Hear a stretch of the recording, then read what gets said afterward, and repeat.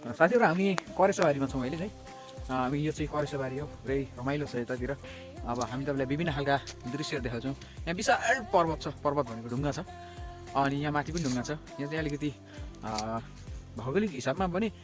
तिनवटा ढुङ्गा छन् लगातार 3 महिने भन्ने एउटा किम्बदन्ती भनाइ छ हुन् कि होइन थाहा भएन तर यहाँ एउटा होइन यहाँ माथि एउटा अनि यता माथि मन्दिर छ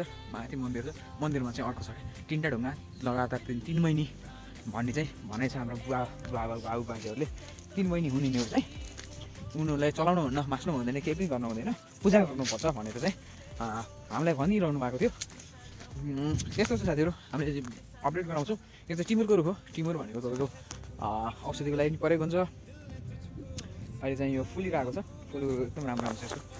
एकदम राम्ररी फुल्छ यो चाहिँ होइन सानो ठाउँमा पनि राम्रोसँग फुल्ने अनि राम्रोसँग दाना लाग्ने हुन्छ झर्ने हुने केही पनि हुँदैन असिना नै आए पनि झर्दैन एकदम राम्रो छ साथीहरू हामीले अपडेट गराउँदै राख्छौँ स्टे ट्युन है त गाइजहरू